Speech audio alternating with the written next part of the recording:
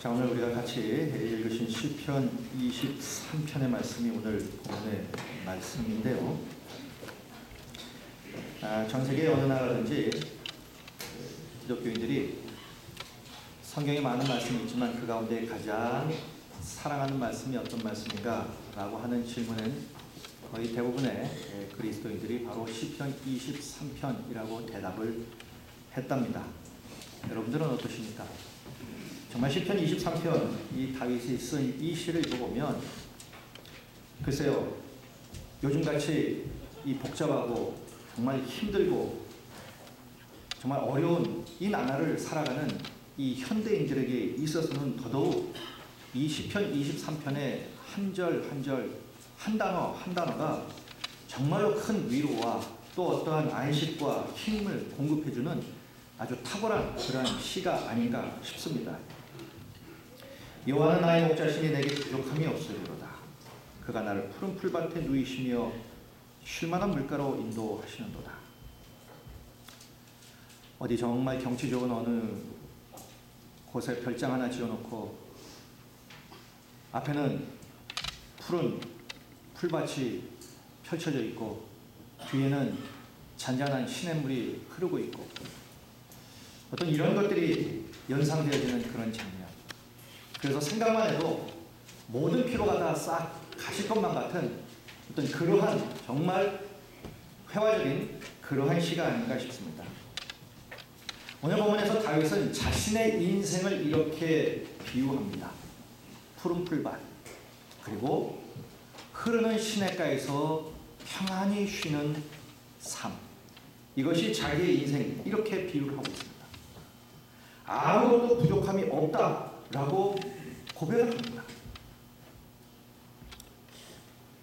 그래서 어떻게 보면 이 시편 23편을 읽는 사람들의 마음속에 다윗이라고 하는 사람은 정말 행복에 겨워서 그 행복을 어찌할 줄 몰라서 활짝 웃고 있는 어떤 그러한 모습으로 연상이 되지 않을까 싶습니다.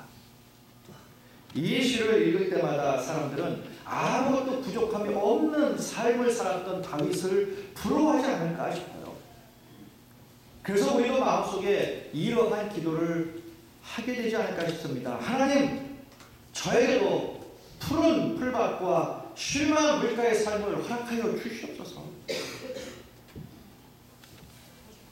그런데 여기에 어떻게 보면 우리의 오해가 있습니다. 우리가 다윗에 대해서 가지는 오해는요, 다윗이라는 사람은 평생에 조금도 부족함이 없는 그런 삶을 살았을 것이다라고 하는 생각이에요. 그냥 왕궁에서 말 한마디면 모든 것이 다 이루어지고 없는 것이 없는 풍족한 그 이상의 삶을 그가 누리며 사는 것 같은 그러한 오해를 우리가 할 수 있다는 얘기입니다. 그럼 과연 이 시를 지을 때에 다윗이라고 하는 사람은 정말로 그렇게 조금도 부족함이 없는 삶이었습니다. 경제적으로든 정서적으로든 어떤 여건과 환경적으로는 조금도 부족함이 없이 윤택하고 정말로 풍족한 그런 삶을 살고 있었을까? 이 시는 과연 사방에 푸른 풀이 우거지고 곳곳에 시냇물이 흐르는 그러한 지상 낙원에서 지은 그러한 시인가? 그건 아닙니다. 결코 아닙니다. 그는 모든 것이 부족한 가운데 사는 사람이에요. 모든 것이 없는 가운데 사는 사람입니다. 그런데 모든 것이 부족함이 없다고 고백하고 있다는 거예요. 다시 말씀드리면 아무것도 없는데 풍성하게 있다고 지금 고백하고 있는 겁니다. 그래서 이 시편 23편은 오늘 설교의 제목처럼 역설이에요. 이 시는 전부 다 역설입니다. 그러니까 이 시를 읽어나가시면서 거꾸로 생각하시면 되는 거예요. 지금 다윗의 형편이 어떠한가? 그것을 이해하시려면 이 시를 읽으면서 거꾸로 이해하시면 그것이 바로 지금 현재의 다윗이 이 시를 고백했을 그때 당시의 상황입니다. 2절을 보십시오. 그가 나를 푸른 풀밭에 누이시며 쉴만한 물가로 인도하시는도다. 아시다시피 다윗은 목동입니다. 베들레헴에서 태어나서 베들레헴에서 자라서 베들레헴에서 양을 치고 살았던 목동이에요. 여러분, 목동이라는 사람들을 어떻게 생각하십니까? 목동이라는 사람들이 그저 편한 사람들 같습니까? 그냥 들판에다 약 풀어놓고 하루 종일 낮잠 잤다가 놀았다가 그러고 있다가 때 되면 도시락 까먹고 때 되면 이제 양 끌고 와서 다시 우리에 집어넣으면 하루 일과가 끝나는 그런 삶을 사는 사람들이 목자라고 생각하십니까? 이스라엘, 이 팔레스타인 땅에서 양을 가장 많이 키웠던 곳이 바로 이 베들레헴입니다. 다윗 역시 그 베들레헴에서 양을 키우고 살았어요. 그런데 이 베들레헴이라고 하는 곳이 양을 그렇게 많이 키우면 널려있는 것이 풀밭이어야 되는데 그렇지 않다는 거예요. 베들레헴은 유대왕의 한가운데 있습니다. 그러니까 양을 키우는 목동이 풀이 없어서 고민하는 곳이 그곳이에요. 그리고 이 이스라엘에서는요, 양을 10마리 키울 때 염소를 한 2마리 섞어서 키웁니다. 이유는 양들은 질기만 이렇게 몰려있어요. 그 근처에 있는 풀을 다 뜯어먹으면 이 시력이 짧아가지고 풀을 찾지를 못합니다. 굶어 죽어요. 목동이 그 양들을 데리고 풀 마시는 곳으로 가지 않으면 그 양들은 굶어 죽습니다. 그런데 염소는 탁월하게 이 풀을 찾는데 아주 탁월한 능력이 있어요. 그래서 섞어서 키웁니다. 그런데 문제는 이런 겁니다. 양은 풀을 뜯어먹을 때 위에 있는 풀만 뜯어먹습니다. 그런데 염소는 땅을 파헤쳐서 뿌리까지 뜯어먹습니다. 염소가 이 성질이 좀 못됐죠. 그걸 다 파헤쳐가지고 뿌리까지 먹어버리니까 위에 있는 풀만 뜯어먹으면 풀이 또 납니다. 그런데 이 염소가 뿌리까지 다 뜯어먹어버리니까 점점점 풀밭이 없어지는 거예요. 그래서 지금 요즘 같은 경우에는요, 이 목동들이 이 풀이 귀하니까 염소를 안 키우려고 합니다. 그러니 더욱더 목동들은 힘들어지는 겁니다. 그런 것이 바로 다윗이 양을 키웠던 베들레헴이에요. 그러니까 목동은 그냥 양 풀어놓고 하루 종일 노는 게 아니라 풀을 찾아가지고 계속해서 양들을 하루 종일 데리고 다녀야 하는 그런 고달픈 인생이에요. 그러므로 양들은 목자에게 정말 감사해야 합니다. 그런데 다윗은 뭐라고 고백하냐면 자기가 목동이기 때문에 양을 그렇게 키웠어요. 한 마리라도 굶겨 죽이지 않기 위해서 그렇게 풀을 찾아서 그 고생을 하면서 양들을 키우고 양들을 돌봤어요. 이것처럼 하나님께서는 자신의 목동이 되어서 목자가 되어서 자기를 평생 동안 그렇게 키우시고 먹이시고 입히셨다는 거예요. 평생 자기를 위해서 수고하셨다고 그는 지금 고백을 하고 있는 겁니다. 그래서 고백하죠. 여호와는 나의 목자시니 내가 부족함이 없습니다. 왜냐하면 양은 목자가 알아서 다 먹이고 입히고 키우기 때문에 그렇습니다.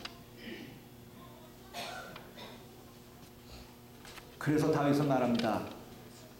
하나님이 내게는 목자에서 난 부족함이 없고요. 그분이 푸른 풀밭에 나를 늘 누이는 편한 삶을 살게 합니다. 여러분, 온통 세상이 다 푸른 초장으로 다 둘러싸여 있다면 굳이 다윗이 이렇게 간절하고 애절하게 하나님 앞에 감사를 표현할까? 아니라는 거죠. 어디가 다 푸른 초장이고 어디가 다 푸른 풀밭이고 이런 현상이 일상 그냥 날마다의 삶이라면 이렇게 애절하고 간절한 이런 감사가 과연 필요하겠느냐? 아니라는 겁니다. 그런데 하나님께 다윗이 이렇게 애절한 마음으로 간절하게 감사한 것은 그 주변은 온통 메마른 땅이고 광야인데 하나님께서 자기를 위해서 푸른 초장을 만드시고 그곳에서 자기를 키우시고 인도하시고 배부르게 만들어 주시기 때문에 그렇다는 겁니다. 이것은 다윗의 인생이 푸른 초장에 에워싸여서 있던 것이 아니라는 것을 단적으로 보여주는 증거예요. 역설이라는 겁니다. 오히려 그의 인생은 메마른 땅에 뚫려 있었습니다. 광야처럼 척박한 인생이 바로 다윗 그 사람의 인생이었어요. 이 다윗의 인생은 부족함이 없는 그런 인생이 아니라 너무도 부족함이 많은 메마르고 척박한 그런 인생이었다는 거예요. 그럼에도 불구하고 다윗은 그 부족함 속에서도 나는 전혀 부족함이 없습니다 라고 고백하면서 살았다. 여러분, 실망한 물가도 마찬가지입니다. 사랑의 물이 넘쳐난다면 굳이 하나님께 이렇게 간절하고 애절한 마음으로 감사를 표현할 이유가 있느냐? 그러나 다윗의 인생은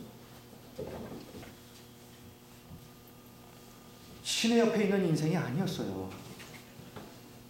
땅을 파도 물이 나오지 않는 그렇게 바싹 마른 광야와 같았습니다. 물된 동산처럼 윤기가 흐르고 여유가 넘치고 풍성함이 느껴지는 그런 삶이 아니었어요. 그런데 하나님은 다윗을 실망한 물가로 인도하셨기 때문에 감사한 겁니다. 3절을 보십시오. 내 영혼을 소생시키시고 자기 이름을 위하여 의의 길로 인도하신답니다. 만약 다윗의 인생 주변의 모든 길이 다 의의 길이었다면 굳이 이렇게 또 하나님께 간절하고 애절한 마음으로 감사를 표현할 필요가 있을까? 모든 길이 다 의의 길인데, 그게 일상이고 다반사고 그게 상식인데 뭐 그렇게 간절하고 애절하게 감사를 표현하겠느냐? 그런데도 하나님이 의의 길로 인도하신 것을 감사하는 이유가 뭡니까? 주변이 온통 악의 길입니다. 주변에 온통 길이 전부 다 멸망의 길입니다. 주변이 온통 다 사망의 길입니다. 그런데 그 가운데서도 하나님은 자신을 생명의 길이요 의의 길로 인도하시기 때문에 더욱이 다윗은 어디를 가도 생명으로 살아갈 수 없는 그런 인생을 살았던 사람 아닙니까? 멸망으로 통하는 100가지 길 중에서 하나님의 극적인 도우심으로 단 하나뿐인 생명의 길을 찾았던 사람이 바로 다윗이었어요. 눈만 뜨면 죽음의 길인 거예요. 그런 곳에서 하나님은 다윗을 생명의 길, 사는 길, 그리고 의의 길로 인도해 주셨단 말이에요. 그래서 감사한 겁니다. 또 인도하심도다라고 했는데 만약 어디로 가도 안전하다면 하나님의 인도하심에 대해서 감사할 필요가 또 있겠느냐? 그러나 인도하심에 감사한다는 것은 무슨 뜻입니까? 단 하나의 의의 길을 알려주시고 신의 그 의의 길로 보호하시고 지켜주시고 인도해 주시기 때문에 그런 거예요. 그러므로 다윗은요 어디를 가도 항상 결과가 좋은 환경에서 산 사람이 아니었습니다. 오히려 너무너무 위험한 그러한 인생을 살았던 사람이에요. 그것을 단적으로 보여주는 것이 4절 아닙니까? 내가 사망의 영청한 골짜기로 다닐지라도 해를 두려워하지 않을 것은 주께서 나와 함께 하시리라. 주의 지팡이와 막대기가 나를 안위하시나이다. 이처럼 다윗의 삶은 사망의 음침한 골짜기를 다니는 인생이었어요.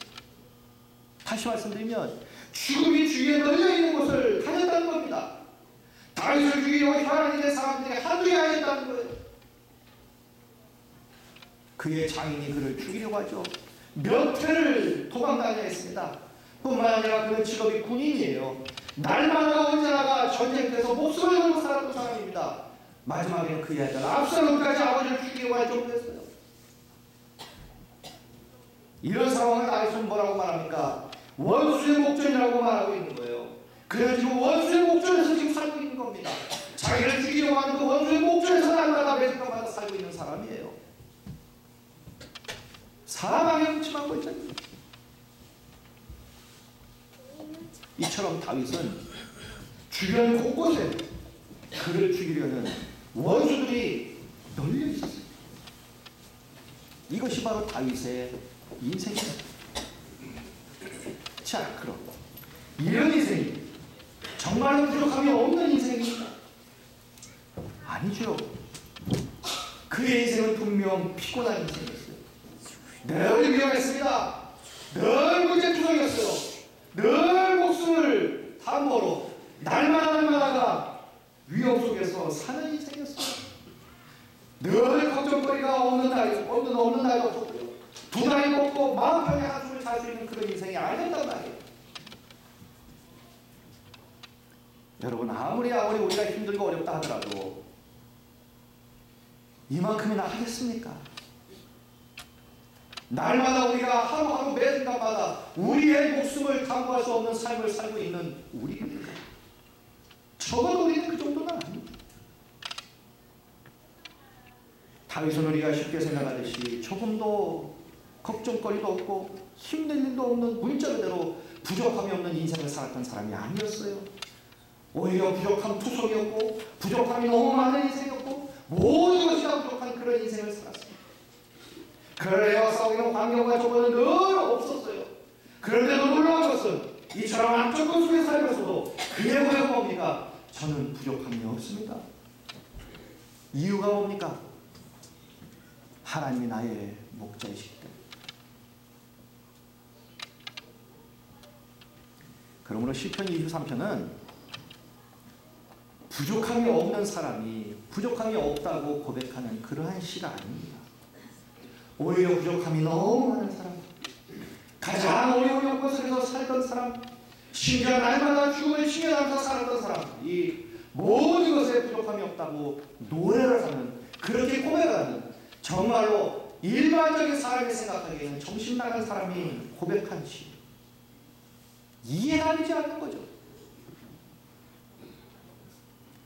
사방이 푸른 숲에 둘러싸이고 곳곳에 물이 넘쳐나는 그러한 곳에서 사는 사람들이 부른 노래가 아니라는 거예요.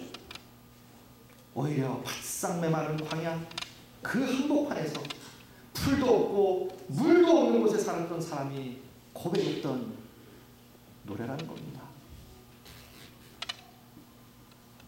그러므로 이 노래는 역설이에요.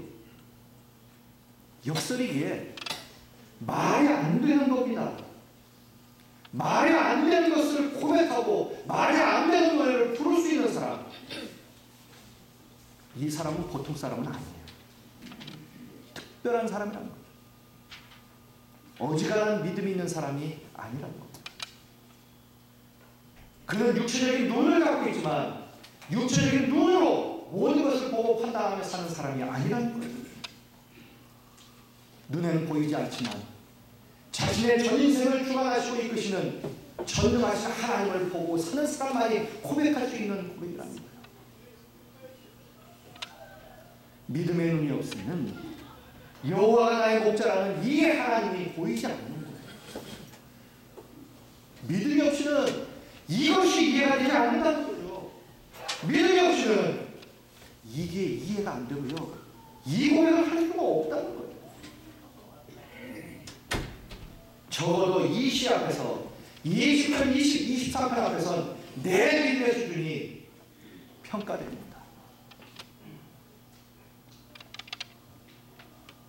이 세상에 근심 걱정 없는 사람 누가 있습니까? 이 세상을 살면서 언제나 푸른 초장과 쉴 만한 물가에서만 사는 사람이 누가 있습니까? 위기 없는 인생 누가 있습니까? 문제 없이 사는 사람 누가 있습니까? 크든 작든 다 있어요. 말을 안 해서 그렇지 오늘 이 자리에 모이신 우리 모두 다 한두 개 주먹 문제를 다 갖고 있습니다. 살아있는 동안 누구나 다 삶의 고난이 있어요. 직장으로 흔들릴 때가 있고 경제적으로 어려울 때가 있고 질병이 찾아와서 병원에 입원하고 수술하고 육신이 연약해서 이것이 우리의 기도 제목이 될 때도 있습니다. 마음이 불편할 때도 있어요. 감정이 컨트롤되지 않을 때도 있습니다. 내가 간절히 바라는 것이 이루어지지 않을 때도 있어요. 그렇게 애써서 계획하고 일을 추진했는데 이루어지지 않을 때도 있습니다. 어쩌면 지금까지 우리는 그렇게 살았는지도 몰라요. 앞으로도 우리 인생엔 문제없이 살지는 않겠죠. 또 이런 문제들 때문에 계속해서 쫓아올 겁니다. 자, 그렇다면 어떻게 해야만 되겠습니까? 그냥 인생 포기해버릴까요? 그럴 수 없죠. 우리 역시 온통 부족함 투성인 인생의 광야에서도 다윗처럼 아무것도 부족함이 없다고 노래하는 그 비결, 이 영적인 신비, 이것을 우리가 깨달아야 합니다. 알아야 되는 거예요. 우리가 정말로 행복하게 살기를 원한다면 이 비밀을 아셔야 됩니다. 이 비밀이 우리의 상황과 처지를 뛰어넘어 우리를 진정으로 행복하게 만들어 줄 수 있기 때문에 그래요. 다윗은 바로 그 비결을 알고 있었던 사람이에요.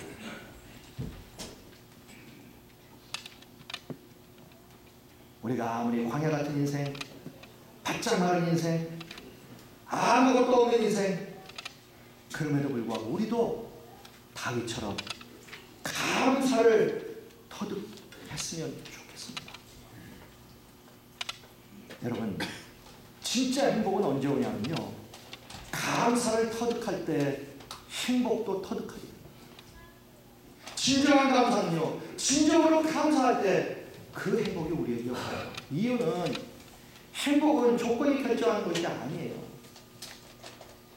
환경을 뛰어넘어서 감사할 수 있는 마음과 믿음이 결정하기 때문에 그렇다는 거예요. 헬렌 켈러를 잘 아실 겁니다. 이 사람은 장애가 3개가 있는 사람이었어요. 보지도 듣지도 말하지도 못해요. 태어나면서부터. 이분이 쓴 책 가운데 3일 동안만 볼 수 있다면 이라는 책이 있습니다. 3일 동안만 볼 수 있다. 그 책 내용이 이런 내용이 있습니다. 만약 내가 4월간 볼 수 있다면, 첫째 날에 나를 가르쳐준 설리반 선생님을 찾아가 그분의 얼굴을 보겠습니다. 그리고 산으로 가서 아름다운 꽃과 풀과 빛나는 노을을 보고 싶습니다. 둘째 날에 새벽에 일찍 일어나 먼 동에 도는 모습을 보고 싶습니다. 저녁에는 영롱하게 빛나는 하늘의 별을 보겠습니다. 셋째 날에 아침 일찍 큰 길로 나가 부지런히 출근하는 사람들의 활기찬 표정을 보고 싶습니다. 점심 때는 아름다운 영화를 보고, 저녁 때는 쇼윈도의 상품들을 구경하고, 저녁에는 집에 돌아와 4일간 눈을 뜨게 하신 하나님께 감사의 기도를 드리고 싶습니다.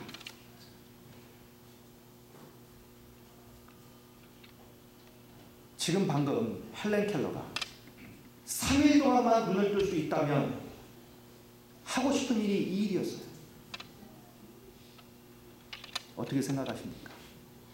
우리는 이 일을 평생 해왔어요. 지금도 해왔습니다.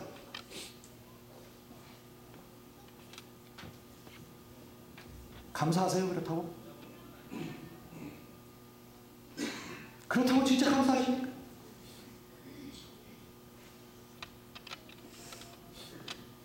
정말 다 행복하세요? 이런 일을 한다고?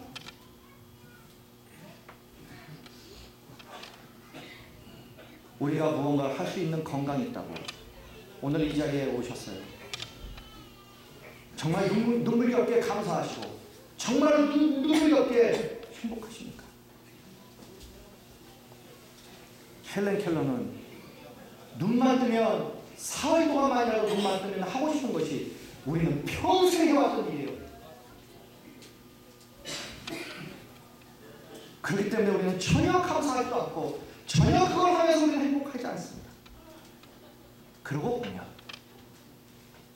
이런 이것들은 우리 행복에 요만큼의 부분 조건일 수 있지는 모르겠지만 완전 조건이 못 된다는 거예요.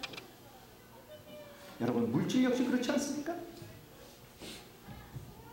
며칠 전에 수능 봤습니다. 벌써 수시 합격자는 발표가 납니다.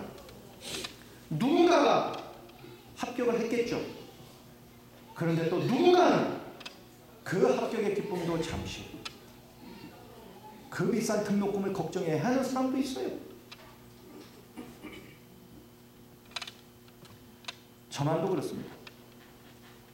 대학을 합격해서 너무 기뻤는데 저랑 점수가 같은 친구가 저보다 좀 나은 대학을 갔어요.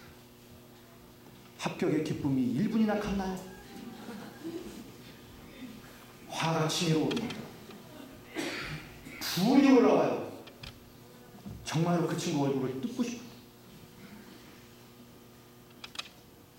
행복의 조건은 너무너무, 어떻게 보면 그런 것에 우리가 행복의 조건을 찾는다면 진정으로 우리는 행복할 수가 없어요. 그래서 행복은 조건이 결정하는 것이 아니에요. 환경을 뛰어넘어서 감사할 수 있는 마음과 믿음이 결정하는 겁니다. 어쩌면 부모님들 아이들 시험 시기 해놓고 고민하겠죠. 합격할까? 합격하고 나면 그 다음에 또 걱정이 뭔지 아십니까? 취직이나 할까? 장가나 갈까? 시집이나 갈까? 애를 잘 키울까? 평생 고민이고요. 평생 문제고요. 평생 그런 거예요. 그것이 우리의 행복의 조건이라고 여기면 평생 우리는 행복할 수가 없어요. 그런데 보십시오. 다윗이 비록 부족함이 많은 상황에서 살았지만 부족함이 없다고 노래할 수 있었던 것은 감사의 마음 때문만은 아니에요. 진짜 또 다른 중요한 이유가 있었어요. 그것은 바로 하나님께서 그의 목자였기 때문에 진짜 그런 부족함이 없이 살았어요. 목자이신 하나님이 채워주시죠. 여러분, 우리가 50년, 100년 먹고 살 것 쌓아놓고 사시는 분 계십니까? 그런 것 아니잖아요. 그러나 오늘 굶습니까? 그렇지도 않습니다. 여러분, 우리가 가만히 생각해 보십시오. 정말 부족함이 많은 것 같은데 그래서 왜 나에게 이렇게 부족한 것만 있습니까? 라고 하나님께 원망하며 사는 인생일지 모르겠지만 그러나 사실 가만히 보면 부족함 없이 살고 있어요. 날마다 돈도 나면서 돈 타령하고 살지만 그렇다고 꼭 써야 할 때 저녁도 쓰고 사는 것도 아니에요. 하나님은 광야의 이스라엘 백성들에게 50년, 100년 먹은 양식을 쌓아두게 하지 않았습니다. 그럼에도 그들은 굶지 않았어요. 어려움을 당하지 않았습니다. 가라지 않았고 옷이 떨어지지 않았고 신발이 해지지 않았습니다. 하나님이 그들의 목자였기에 알아서 다 먹여주시고 입혀주셨어요. 그들은 광야 40년에서 무엇을 배웠습니까? 은혜로 사는 법을 배운 거예요. 은혜로 사는 법.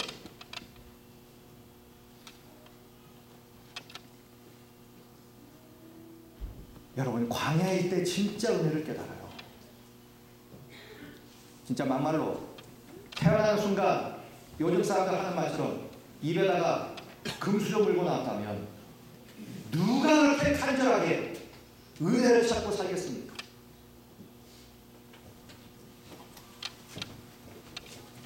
부족하기 때문에 은혜를 구하는 거예요. 부족하기 때문에 은혜 없이 살 수 없다라고 매달리게 되는 거예요. 그렇기 때문에 우리에겐 부족함이 은혜인 거예요. 부족함이 오히려 감사한 거예요. 진짜 내게 필요한 것이 어디로부터 오는지 그것을 누리고 살아야 하는 우리이기 때문에 그것은 부족함 중에 은혜를 통하여 하나님으로부터 오는 것이기 때문에 그렇다는 거예요. 그래서 인생에 무언가 조금 부족한 것이 우리에겐 은혜인 거예요.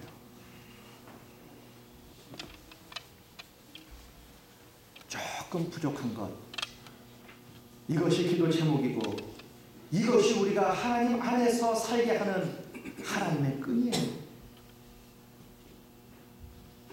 그래서 감사한 거예요. 이것을 깨달을 수 있는 영적인 믿음이 있다면 그 사람은 정말 행복한 사람. 그렇다면 우리가 해야 할 일은 분명합니다. 조금도 부족함이 없다고 느낄 때까지 계속해서 욕심을 따라 모아서 쌓아두는 것이 아니에요. 왜입니까? 그것은 만족이 없기 때문이에요. 계속해서 목마른 것이기 때문에 그렇습니다. 그래서 진짜 우리가 해야 할 일은 하나님과 좀 더 친해지는 거예요. 좀 더 가까워지는 겁니다. 믿음을 키워나가는 거예요. 하나님께서 우리에게 주신 그 끈을 붙잡고 은혜로 산다라고, 은혜로 살아야 된다라고, 은혜를 당하고 그렇게 몸을 붙이며 사는 삶이 우리에게 필요한 거예요.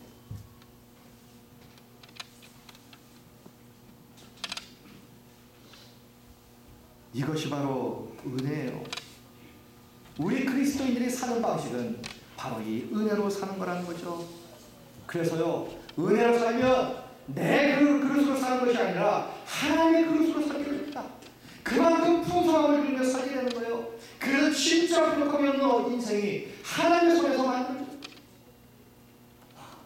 그러게 우리가 꼭 반드시 해야 할 것, 철저히 하나님을 의지하고 하나님의 은혜를 구합니다. 하나님, 저는 정말 하나님의 은혜 없이는 살 수 없습니다. 그러니 저에게 하나님의 은혜를 부어주십시오라고 날마다 부르짖는 일이 우리의 호흡이 되어야 되고 우리의 양식이 되어야 한단 말이죠. 이럴 때 광야같이 메마른 우리의 삶에도 푸른 초장과 쉴만한 물가의 축복을 우리 하나님께서 부어주셔서 누리게 하실 거라는 거죠. 그러게 지금 당장 내 인생에 부족한 것이 너무나 많다고 하나님, 환경, 내 자신, 부모님 그 누구도 원망하지 마십시오. 비록 내 인생에 모든 것이 다 부족해도요, 우리도 다윗처럼 부족함이 없다고 고백하면서 하나님께 먼저 감사를 드리는 자들이 되었으면 좋겠습니다. 그러면 광야를 살았지만 그 환경 중에도 감사를 고백했던 다윗을 다시 회복시켜서 이스라엘의 최고의 성군이 되게 하신 하나님이 우리 역시 그러한 회복과 축복을 허락해 주실 줄로 믿습니다. 그래서요, 저는 정말 부족함이 없습니다. 이렇게 고백할 수 있는 삶을 하나님께서 분명히 만들어 주실 줄로 믿습니다. 자, 이렇게 우리의 선한 목자이신 우리 하나님으로 인해 마음껏 기뻐하시면서요, 날마다 푸른 초장과 쉴만한 물가로 인도하시는 그 은혜로 인하여 광야 같은 인생에서도요, 감사를 고백하며, 그러므로 우리의 감사의 그 능력으로 인하여서 우리가 하나님께 드린 그 감사의 내용 그대로 정말로 부족함이 없는 풍성한 복을 누리시는 우리의 평생의 삶이 되시기를 주님의 이름으로 간절히 축원드리겠습니다. 기도하겠습니다.